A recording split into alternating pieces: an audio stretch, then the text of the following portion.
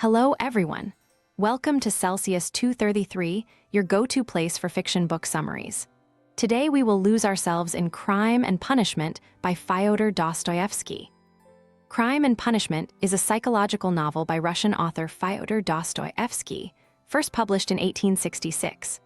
The story is set in St. Petersburg, Russia, and follows the mental and moral dilemmas of Rodion Raskolnikov, a young, impoverished student who commits murder and struggles with guilt, remorse, and justification.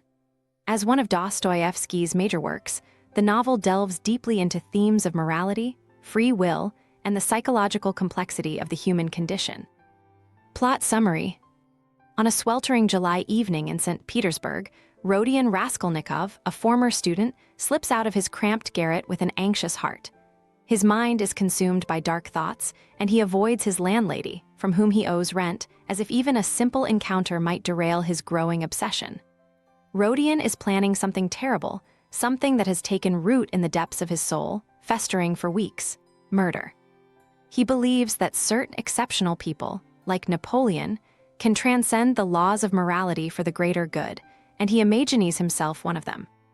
His target is Alyona Ivanovna, an old pawnbroker who has accumulated wealth by exploiting the desperate. Rodion convinces himself that ridding the world of such a parasitic woman would be justifiable, even noble. With every step, he questions his own resolve.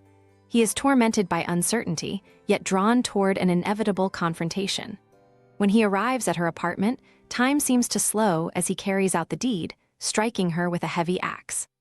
But as he fumbles in her drawers for valuables, Alyona's meek half-sister, Lizaveta, unexpectedly enters. In a moment of panic, Rodion kills her too, fleeing the scene in horror. In the days following, Rodion is gripped by feverish delirium.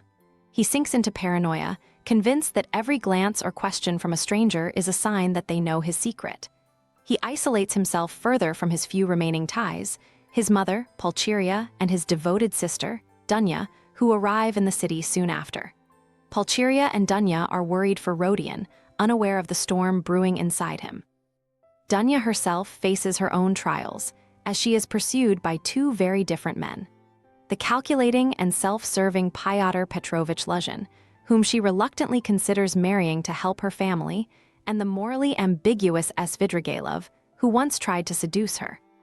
Despite his attempts to hide, Rodion is drawn to a police station, where a chance conversation with the shrewd Inspector Porfiry Petrovich unnerves him. Porfiry suspects Rodion, but uses psychological tactics instead of direct accusations, hoping to corner him into a confession. The tension between them escalates in each encounter, with Porfiry's casual probing and Rodion's increasing paranoia creating a suffocating game of cat and mouse. Amid this chaos, Rodion forms an unlikely bond with Sonya Marmeladov, a young woman forced into prostitution to support her destitute family. Sonya's father, Marmeladov, is a hopeless alcoholic who dies in a tragic accident, further burdening her.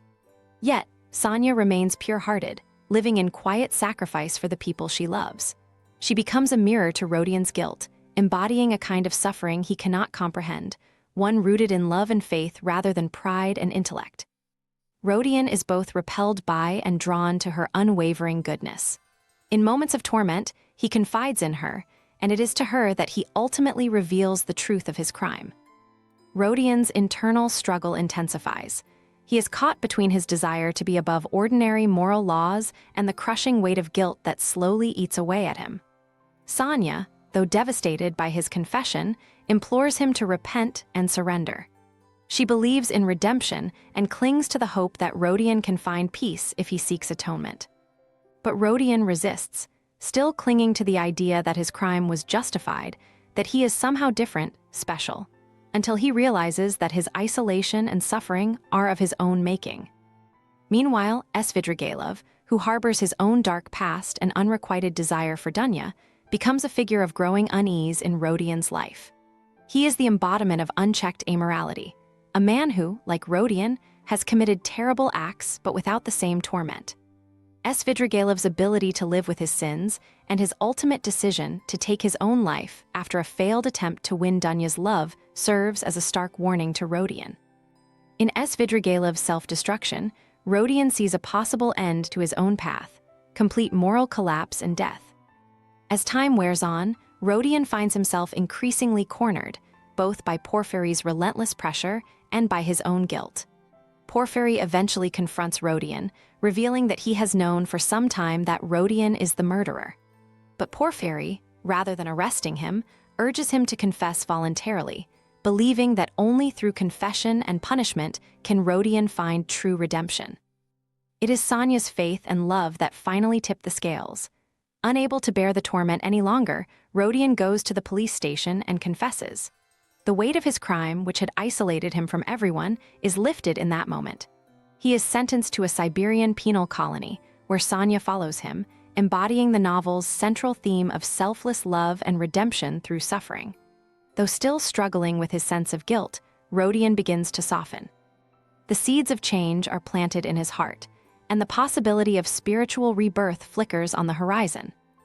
Rodion's journey from arrogance and isolation to humility and redemption mirrors Dostoevsky's exploration of existential suffering and the search for meaning in a world plagued by moral ambiguity. The novel ends not with a final judgment, but with a sense of ongoing transformation as Rodion contemplates the long road ahead. A path that Sonya, with her quiet strength, will help him walk. That's all for now, but if this book spoke to you, Fyodor Dostoevsky has more waiting for you. Find them in the description or on Celsius 233. Remember, while our summaries capture the essence, they can never replace the full experience of reading the book. If this summary intrigued you, consider diving into the complete story, buy the book, and immerse yourself in Fyodor Dostoevsky's original work. Bye-bye, take care, have fun.